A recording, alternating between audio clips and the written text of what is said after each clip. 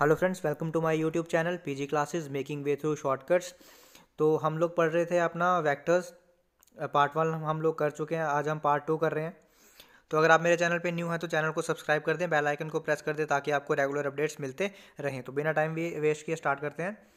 पिछली वीडियो में हम लोगों ने पढ़ा था कंपोनेंट्स ऑफ वेक्टर्स तक, ठीक है, कि वेक्टर को कैसे रिप्रेजेंट करते हैं। तो हमने उस दिन क्या देखा था कि वेक्टर को कैसे रिप्रेजेंट करते हैं। पहले उसका मैग्नीट्यूड और वो किस डायरेक्शन में, एक्स की डायरेक्शन में यूनिट वेक्टर क्या होता है आई, वाई की डायरेक्शन में यूनिट वेक्टर क्या होता है जे, और जेड की डायरेक्शन में यूनिट वेक्टर क्या होता है के। तो किसी भी वेक्टर को 3D में अगर हम रिप्रेजेंट करें तो कैसे रिप्रेजेंट करते हैं, एक्स आई कैप प्लस वाई जे कैप प्लस जेड के कैप, ठीक है। और अगर बोला जाए कि इसका मैग्नीट्यूड निकालना है तो मैग्नीट्यूड कैसे निकालते हैं, मैग्नीट्यूड होता है अंडर रूट ऑफ एक्स का स्क्वायर प्लस वाई का स्क्वायर प्लस जेड का स्क्वायर। ये इसका क्या होता है, ये इसका मैग्नीट्यूड होता है, ठीक है। तो ये तो आ गया एक वेक्टर, ठीक है। ये रिप्रेजेंटेशन आ गई कि वेक्टर को रिप्रेजेंट कैसे करते हैं और उसका मैग्नीट्यूड कैसे निकालते हैं। अब आगे कि दो वेक्टर्स अगर हमें दिए हैं उसको ऐड कैसे करते हैं, उसकी एडिशन कैसे करते हैं, ठीक है। तो वो पढ़ते हैं। एडिशन करने के लिए आपके पास दो रूल्स हैं, एक है parallelogram law of vector addition और दूसरा है triangular law of vector addition. पहले हम लोग पैरेललोग्राम देखते हैं, उसी से हमारा ट्रायंगुलर भी हो जाएगा, ठीक है।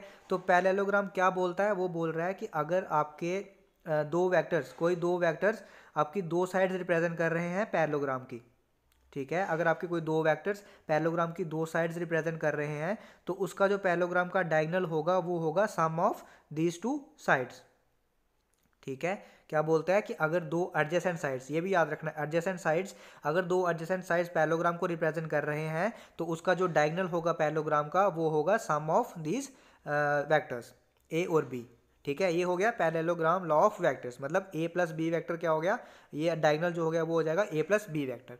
तो वैसे ही इस पैरेललोग्राम की पूरी पैरेललोग्राम को अगर हम सिर्फ ट्रायंगल कंसीडर करें, ठीक है, तो इस ट्रायंगल में देखा जाए ये ए वेक्टर है और ये बी वेक्टर है, ठीक है। तो जो ये हाइपोटेन्यूज होगा, ये जो इसकी बड़ी साइड होगी, ये इसका क्या होगा, sum of this vector plus this vector. अब आपको एक चीज़ जो इसमें याद क्या रखनी है कि एडिशन कब होगी, जब एक वेक्टर की टेल और दूसरे वेक्टर का हेड जो होगा वो जुड़ा होगा साथ में, ठीक है।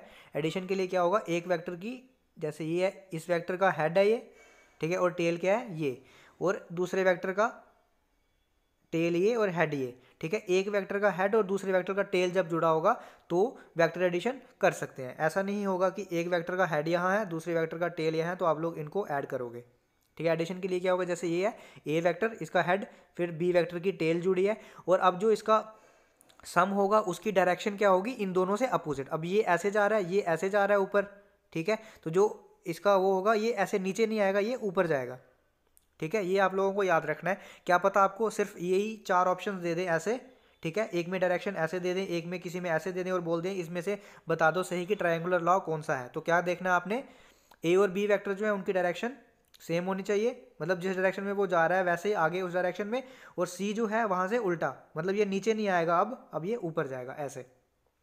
तो ये हो गया triangular law of vector addition, दो वेक्टर को ऐड करने का तरीका। अब ऐड करते कैसे हैं, सपोज हमारे पास दो वेक्टर्स हैं, सपोज हमारे पास दो वेक्टर्स हैं, एक वेक्टर ए और दूसरा वेक्टर आ गया बी, ठीक है, दे रखा है उन्होंने। ए वेक्टर क्या है 2i plus 4j cap, B vector दिया है 4i प्लस 2j कैप। अब जब हम ऐड करते हैं तो हमने क्या करना है, आई वाले कंपोनेंट आई के साथ ऐड होते हैं, जे वाले कंपोनेंट जे के साथ ऐड होते हैं और के वाले कंपोनेंट के साथ ऐड होते हैं। ये आपको याद रखना है। मल्टीप्लाई में भी ऐसा होता है, हम आगे पढ़ेंगे, लेकिन एडिशन में आई और आई ऐड, जे और जे ऐड और के ऐड। तो वैसे ही आई का कंपोनेंट क्या है, यहाँ पे 2 और 4 ऐड हो जाएगा तो 6, यहाँ पे जे का क्या है 4 और 2 तो 6। तो ए और बी को जब हम ऐड करेंगे तो क्या बनेगा 6i प्लस 6j कैप। वैसे ही बी और सी को अगर करेंगे तो 4i प्लस 4 8i हो गया, और 2 और 3 1j कैप। तो बी और सी को ऐड करेंगे तो 8i cap plus 3j cap हो जाएगा। अब इसकी कुछ प्रॉपर्टीज़ हैं। प्रॉपर्टीज़ क्या हैं, दो, एक कम्यूटेटिव प्रॉपर्टी है। कम्यूटेटिव प्रॉपर्टी क्या होती है, A plus B equal to B plus A, ठीक है। और दूसरी है एसोसिएटिव प्रॉपर्टी जो होती है ए प्लस बी, पहले ए प्लस बी को ऐड करेंगे उसके साथ सी को ऐड करेंगे, वो इक्वल होगा कि बी प्लस सी को ऐड करके फिर उसको ए से ऐड करना है, ठीक है। ये वेक्टर्स में ये जो है ये सेटिस्फाई करती है, कम्यूटेटिव प्रॉपर्टी और एसोसिएटिव प्रॉपर्टी जो है ये सेटिस्फाई करते हैं। अब इसको प्रूव करने के लिए मैंने नीचे एग्जांपल ली है। ठीक है, 3 वेक्टर मैंने लिए हैं ए बी और C. A plus B equal to B plus C तो हमने देख लिया पहले। ए प्लस बी कैसे कैलकुलेट किया हमने, आई को आई के साथ ऐड किया, जे को जे के साथ ऐड किया। वैसे ही बी प्लस सी को और देखा ये A plus B equal to B plus C आता है। फिर हमने क्या किया, A plus B plus C किया। ठीक है, ए प्लस बी किया पहले जो कि ये था, उसके साथ सी को जब ऐड किया तो अगेन 6 और 4 10 हो गया, 6 और 1 7 हो गया, तो ये आ गया। फिर ए प्लस बी प्लस सी किया तो देखा रिजल्ट सेम आता है, मतलब ये दो प्रॉपर्टीज जो हैं ये सेटिस्फाई हो रही हैं। नेक्स्ट है हमारे पास, अब ये मोस्ट इंपॉर्टेंट पॉइंट है, ये आपको डायरेक्टली पूछ सकते हैं। जैसे हम वेक्टर में अगर जीरो ऐड कर दें, जीरो क्या होता है, जीरो को नल वेक्टर भी बोलते हैं और जीरो वेक्टर भी बोलते हैं। किसी भी वेक्टर में अगर हम जीरो वेक्टर ऐड करें तो वो वही वेक्टर आता है दोबारा, तो इसको क्या बोलते हैं, zero vector is called the additive identity for the vector addition. ठीक है, तो पूछ सकते हैं कि किसको बोलते हैं additive identity for vector addition, तो बोलते हैं वो जीरो वेक्टर को या फिर नल वेक्टर को। जीरो वेक्टर को नल वेक्टर भी बोलते हैं। नेक्स्ट है हमारा, अब एग्जामिनर क्वेश्चन कैसा पूछेगा, आपको कंफ्यूज कैसे करेगा, वो इस तरीके से कंफ्यूज करेगा आपको। सपोज आपको क्वेश्चन क्या दिया है, ए वेक्टर दिया है 2i माइनस 3k कैप और बी वेक्टर दिया है 4k प्लस 2j कैप। अब मैंने आपको बताया था कि i को i के साथ ऐड करना है, j को j के साथ और k को k के साथ। अब आप यहाँ देख रहे हो ऊपर तो i है, नीचे i नहीं है, ऊपर j नहीं है, नीचे j है। ठीक है, तो आप देखोगे कि ऊपर i है तो अब नीचे मैं कैसे i के साथ ऐड करूँ, i तो है ही नहीं। तो आप वेक्टर को ऐसे लिख सकते हो, 0j लिख सकते हो, 2i है ऊपर वाले में और 0j लिख सकते हो और k भी है। नीचे वाले में आई नहीं है तो आप 0i लिख सकते हो प्लस 2j प्लस 4k। अब कर लो i से i, मतलब 2 प्लस 0 0 हो गया, 2 हो गया, 0 प्लस 2 2 हो गया अगेन, और माइनस 3 प्लस 4 माइनस 3 प्लस 4 कितना हो गया, प्लस 1k। तो अब नेक्स्ट टाइम जब आप क्वेश्चन करोगे आपको ये सब नहीं लिखना है, आपको डायरेक्टली यहीं से देखना है। यहाँ पे i है, नीचे नहीं है तो सीधा 2। ठीक है, ऊपर j नहीं है, नीचे है तो भी 2 आ गया। अब ऊपर माइनस 3 है तो नीचे प्लस 4 है तो क्या आ गया, प्लस k। तो आपको डायरेक्टली देख के करना है, अब आपको दोबारा से वेक्टर्स नहीं बनाने हैं। सपोज आपको वेक्टर दिया है एक 4i cap plus 4j cap plus 3k cap. ठीक है, उसके बाद बी वेक्टर दिया है आपको 3i cap plus 7j cap plus 2k cap. तो अब आपको क्या करना है, डायरेक्टली अब लिखना नहीं है आपको a plus B equal to, पहले ये टर्म लिखोगे फिर ये टर्म लिखोगे, फिर डायरेक्टली करो। 4 प्लस 3 हो गया 7i हो गया, प्लस 4 7 प्लस 4 कितना हो गया, 11j हो गया, प्लस 3 और 2 कितना हो गया, 5k हो गया। तो ये आपका आंसर आ जाएगा। नेक्स्ट चलते हैं आगे। नेक्स्ट आ गया हम मल्टीप्लिकेशन ऑफ वेक्टर्स पे, एडिशन हो गया। वैसे मल्टीप्लिकेशन क्या होती है, दो तरह की होती है, एक होती है स्केलर, एक होती है वेक्टर। ठीक है, स्केलर को बोलते हैं डॉट प्रोडक्ट, वेक्टर को बोलते हैं क्रॉस प्रोडक्ट। पहले हम स्केलर का पढ़ेंगे। स्केलर का देखते हैं क्या बोलते हैं, उसको डॉट प्रोडक्ट बोलते हैं। डॉट प्रोडक्ट मतलब दो वेक्टर्स के बीच में अगर डॉट लगा है तो क्या बोलेंगे उसको, dot product of two vectors. ठीक है, अब इसकी डेफिनेशन क्या है, अकॉर्डिंग टू डेफिनेशन अगर जाएं तो dot product of two vectors होता है magnitude of two vectors into angle between them. ठीक है, अगर डेफिनेशन के हिसाब से जाएं तो सपोज ये हमारे दो वेक्टर हैं, ये हमारा ए वेक्टर है, ये हमारा बी वेक्टर है। ठीक है, तो ये इन दोनों में क्या है, एंगल थीटा। ठीक है, तो डॉट प्रोडक्ट क्या होगा, इसका मैग्नीट्यूड इंटू इसका मैग्नीट्यूड इंटू जो इसके बीच में एंगल है, cos of angle between two vectors, ये होगा डॉट प्रोडक्ट की डेफिनेशन। अब सपोज मैंने क्या किया, यहाँ पे एक वेक्टर लिया है 2i, ए जो है वो 2i लिया है और बी जो है वो 2j लिया है। ठीक है, इसका मतलब ये अगर मैंने सिर्फ i लिया है मतलब हमारा वेक्टर जो है वो x डायरेक्शन में है, अगर मैंने j लिया है तो मतलब हमारा वेक्टर जो है वो y डायरेक्शन में है। ठीक है, तो अब मैंने क्या लिया है, एंगल इनमें लिया है मैंने कि 30 डिग्री। ठीक है, तो अगर हम a डॉट b निकालेंगे तो क्या आएगा, अब 2i का मैग्नीट्यूड क्या होगा, मैग्नीट्यूड कैसे निकालते हैं, अंडर रूट ऑफ 2 का स्क्वायर, तो स्क्वायर स्क्वायर कट गया तो क्या बच गया 2। वैसे भी आप लोग देख सकते हो कि वेक्टर क्या होता है, मैग्नीट्यूड और डायरेक्शन। आई क्या होगी, इसकी डायरेक्शन होती है, आई कैप यूनिट वेक्टर जो होता है ये क्या होती है, इसकी डायरेक्शन होती है, तो जो बचा वो क्या है, मैग्नीट्यूड। तो 2 इसका मैग्नीट्यूड है, ऊपर बी का भी मैग्नीट्यूड 2 है, तो 2 इंटू 2 4 हो गया, और कॉस 30, कॉस 30 क्या होता है, √3/2, तो जो अगर इसका डॉट प्रोडक्ट करेंगे तो वो आएगा 2√3। ठीक है, आपको सिर्फ फार्मूला याद रखना है, ये चीज इंपॉर्टेंट है कि ए डॉट बी होता किसके बराबर है, magnitude of A into magnitude of B into cos of theta. ठीक है, अगर आपके पास दो वेक्टर दिए हैं, सपोज ए दिया है 2i वेक्टर प्लस 4j और बी दिया है 4i प्लस 2j, तो अगर आपको बोले डॉट प्रोडक्ट निकालना, आपको एंगल नहीं दिया तो आपको डायरेक्टली i और i को मल्टीप्लाई करना है, j और j को मल्टीप्लाई करना है। तो i और i को मल्टीप्लाई करके क्या आ जाएगा आपका 8i आ जाएगा, और इसका क्या आ जाएगा, इसका भी 8 आ जाएगा। तो ऐसे आपको ये करना होता है। मल्टीप्लाई अगर करना है तो इसका क्या आता है, ये स्केलर आता है। इसका प्रोडक्ट जो है डॉट प्रोडक्ट क्या होता है, स्केलर क्वांटिटी है, तो ये स्केलर इसका आएगा, इसके साथ कोई वेक्टर नहीं आएगा। ठीक है, नेक्स्ट चलते हैं हम लोग वेक्टर प्रोडक्ट पे। वेक्टर प्रोडक्ट को बोलते हैं क्रॉस प्रोडक्ट। वेक्टर प्रोडक्ट को हम लोग क्रॉस प्रोडक्ट भी बोलते हैं, और इसको लिखते कैसे हैं, इसको लिखते हैं ए क्रॉस बी से। वैसे यहाँ पे इसको लिखते थे ए डॉट बी से, इसको लिखते हैं ए क्रॉस बी से। और इसकी डेफिनेशन क्या होती है, A cross B equal to magnitude of A into magnitude of B into sine of angle between them. Scalar में क्या था, अब याद रखो स्केलर एस से है तो इसमें एंगल क्या होगा, कॉस होगा। ठीक है, ये वेक्टर मतलब क्रॉस प्रोडक्ट है, ये सी से स्टार्ट हो रहा है लेकिन एंगल इसमें क्या होगा, एस से होगा, मतलब साइन होगा। तो ये याद रखने का तरीका है। तो एक अगर दो वेक्टर वही लिए हमने जो वहाँ पे लिए थे 2i और 2j, तो मैग्नीट्यूड क्या था उनका 2 और 2, एंगल साइन 30 है उनके बीच में, तो क्रॉस प्रोडक्ट कितना हो जाएगा, 2 हो जाएगा। ठीक है, नेक्स्ट आपका ये एग्जाम्पल लिया मैंने एक। ठीक है, इसमें आपका ए वेक्टर ये दिया है, बी वेक्टर ये दिया है, आपको बोला है कि और एंगल दिया है इनमें 45 डिग्री है, आपको बोला है कि डॉट प्रोडक्ट इनका निकालो। तो डॉट प्रोडक्ट क्या होता है, A magnitude B magnitude into cos of angle. तो ए का मैग्नीट्यूड किसके बराबर होगा, √2² प्लस √4² जो क्या हो गया 4 + 16 20 हो गया। सिमिलरली बी का क्या हो गया मैग्नीट्यूड 2² प्लस 3² क्या हो गया 13। ठीक है, और ए डॉट बी क्या हो गया मैग्नीट्यूड ऑफ ए जो कि √20 है, अंडर ऑफ बी जो कि √13 है, और कॉस ऑफ 45 होता है 1/√2, ये हो गया 260, तो ये आ गया अंडर ऑफ 130। तो आगे हम लोग आगे है ऑब्जर्वेशंस जो हमने पढ़ा डॉट प्रोडक्ट और क्रॉस प्रोडक्ट। क्रॉस प्रोडक्ट तो हम अभी बाद में देखेंगे, उसकी एग्जांपल बाद में देखेंगे, अगले लेक्चर में करेंगे। आज हम डॉट प्रोडक्ट का थोड़ा सा देख लेते हैं, उसकी प्रॉपर्टीज़ क्या है, वहाँ से हमने क्या ऑब्जर्व किया। आपको पता है डॉट प्रोडक्ट ये होता है, मैक्सिमम चांसेस ये हैं कि क्वेश्चन इन्हीं चीज़ों में से आएंगे। आपको क्वेश्चन जो है वो लेंथी क्वेश्चन नहीं पूछेगा, इन्हीं में से मतलब एक पॉइंट कुछ होता है उन्हीं में से आपको क्वेश्चन पूछ लेंगे, मैक्सिमम चांसेस ये रहते हैं। तो क्या बोल रहे हैं यहाँ पे, क्या पॉइंट्स हैं। अब डॉट प्रोडक्ट इसके बराबर होता है। ठीक है, अब थीटा 0 होगा, थीटा 0 का मतलब एक वेक्टर ये है और दूसरा वेक्टर भी उसी पे है, तभी थीटा 0 होगा। ठीक है, अब थीटा 0 है तो कॉस थीटा 1 होता है, कॉस थीटा 1 होगा तो आप देख रहे हो ए डॉट बी किसके बराबर होगा, magnitude of A into magnitude of B. ठीक है, दूसरा पॉइंट है थीटा 90 है, थीटा 90 मतलब एक वेक्टर यहाँ पे है, दूसरा वेक्टर क्या है यहाँ पे है, इन दोनों में एंगल 90 है। अब थीटा 90 हो तो कॉस थीटा होता है 0, जब कॉस थीटा 0 हो गया तो ये पूरी टर्म 0 हो जाएगी। ठीक है, तो मतलब अगर थीटा 90 है तो ए डॉट बी क्या हो जाएगा, 0 हो जाएगा, और ए डॉट बी 0 होगा, इसका मतलब दोनों वेक्टर आपस में क्या होंगे, परपेंडिकुलर होंगे।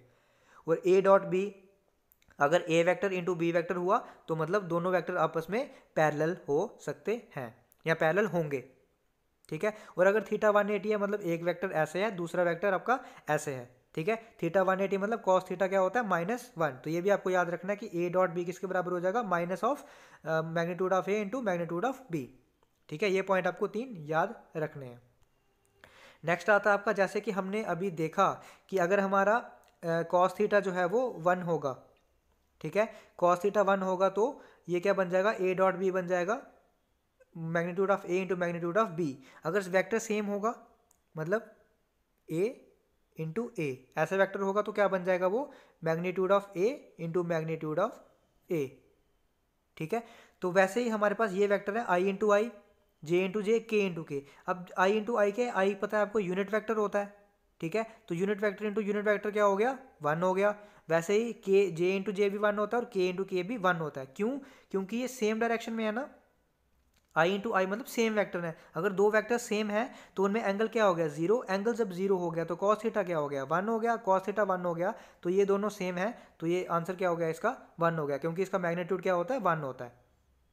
ठीक है, नेक्स्ट आता है आपका आई इंटू जे, जे इंटू के और के इंटू आई। अब ये दो वेक्टर अलग हैं, परपेंडिकुलर हैं। आई वेक्टर जो होता है वो एक्स की डायरेक्शन में होता है और जे वेक्टर जो होता है वो वाई के डायरेक्शन में होता है।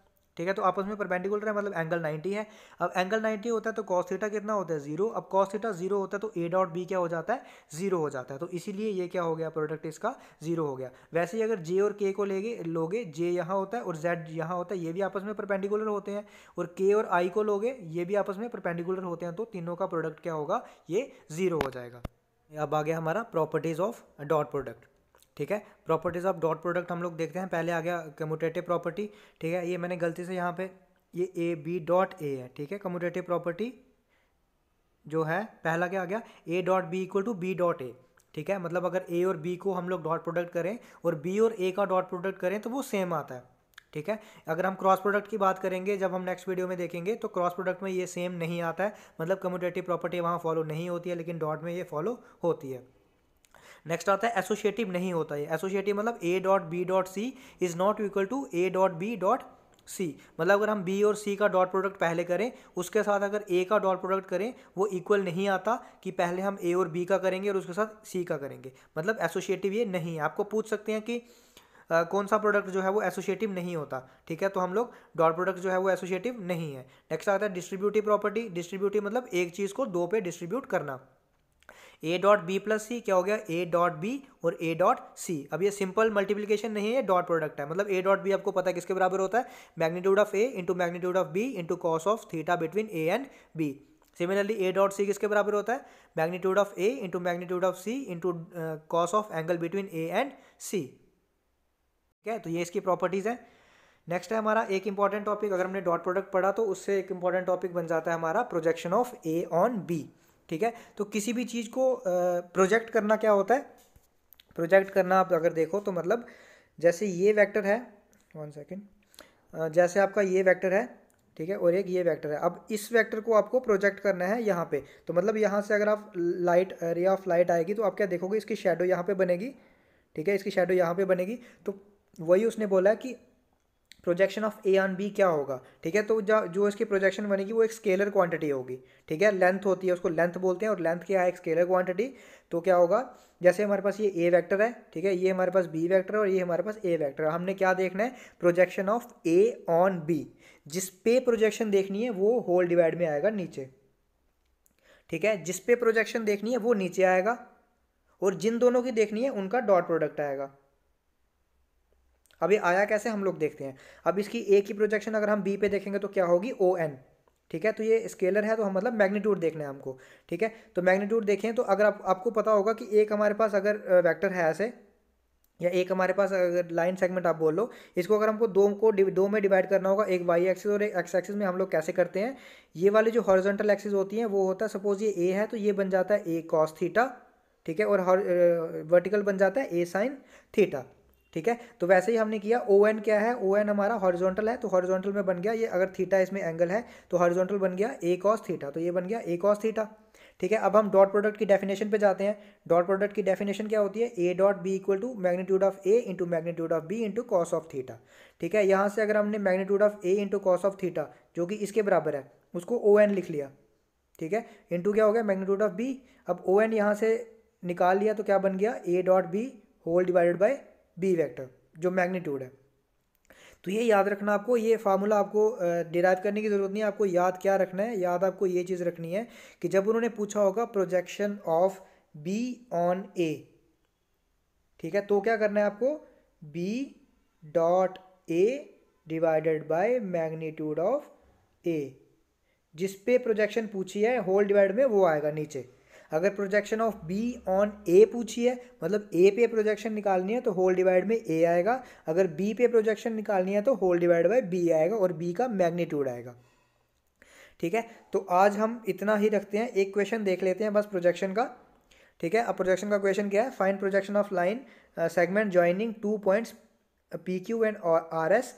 तो हमको निकालना क्या है, प्रोजेक्शन ऑफ पी क्यू निकालना है किस पे, आर एस पे। तो आर एस पे निकालना है तो नीचे क्या आएगा, आर एस का मैग्नीट्यूड, ऊपर आएगा dot product of P Q और आर एस। पहले हम पी क्यू वैक्टर बना लेते हैं, पी ये है और क्यू ये है, तो दो वेक्टर कैसे बनाते हैं, x2 माइनस x1, मतलब इसका जो पहला पॉइंट है x2 और इसका पहला पॉइंट x2 माइनस x1 मतलब 2 माइनस 1, और ये x की डायरेक्शन में है, पहला पॉइंट x होता है, दूसरा y होता है, तीसरा z होता है, तो x की डायरेक्शन में मतलब i कैप, तो आ जाएगा 2 माइनस 1 इंटू आई कैप, फिर आ जाएगा 1 माइनस 2 इंटू जे कैप, फिर आ जाएगा 1 माइनस 3 इंटू के कैप। तो ये वेक्टर बन गया ये। वैसे हमको आर एस बनाना है। ठीक है, -1 और -1 क्या हो गया, -2, 2 माइनस 1 क्या हो गया 2, 1 माइनस 2 क्या हो गया -1, तो ये बन गया। फिर इनका डॉट प्रोडक्ट करना है, डॉट प्रोडक्ट मतलब डायरेक्टली आपको i इंटू आई मल्टीप्लाई करना है, तो i का यहाँ कंपोनेंट 1 है, यहाँ -2 है, तो 1 और -2 करोगे तो क्या आएगा -2। ठीक है, उसके बाद j का कंपोनेंट -1 है, इसका 2 है, मल्टीप्लाई करोगे तो -2, यहाँ -1 है और यहाँ -2 है, मल्टीप्लाई करोगे तो 2। और अगर आर एस का आप मैग्नीट्यूड निकालोगे तो आर एस क्या है, ये है, इसका मैग्नीट्यूड मतलब 2 square plus 2 square plus 1 square का अंडर रूट, तो 4 + 4 + 9 + 1 9, तो अंडर रूट ऑफ 9 ये हो गया -2/3। तो आज हम यहीं तक रखते हैं, ठीक है। मैक्सिमम पार्ट जो है आपका कवर हो गया। आपका एक जो पार्ट बचता है मेन, वो है वेक्टर प्रोडक्ट जो है उसका एमसीक्यू बचता है, मतलब उसको कैसे करते हैं वो हमको दिखाना है। उसके बाद मैं आपको थोड़ा सा ऊपर लेके जाऊंगा, एनसीईआरटी पार्ट यहीं तक है, उसके बाद एनसीईआरटी से थोड़ा सा ऊपर लेके जाऊंगा। तो उसमें हम एक पार्ट हमारा बचता है एरिया कैसे निकालते हैं, जब हमें दिया हो कुछ कोऑर्डिनेट्स दिए हों लाइन के या वेक्टर दिया हो, एरिया ऑफ ट्रायंगल कैसे निकालते हैं, एरिया ऑफ पैरेललोग्राम कैसे निकालते हैं, वो चीज़ देखेंगे। उसके बाद थोड़ा सा और ऊपर जाएंगे और एमसीक्यूज पार्ट हम लोग कवर करेंगे। तो आज के लिए इतना ही रखते हैं। अगर आपको चैनल वीडियो पसंद आ रहा है तो चैनल को सब्सक्राइब करें, वीडियो को लाइक करें, बेल आइकन को प्रेस करें ताकि आपको रेगुलर अपडेट्स मिलते रहें। Thank you.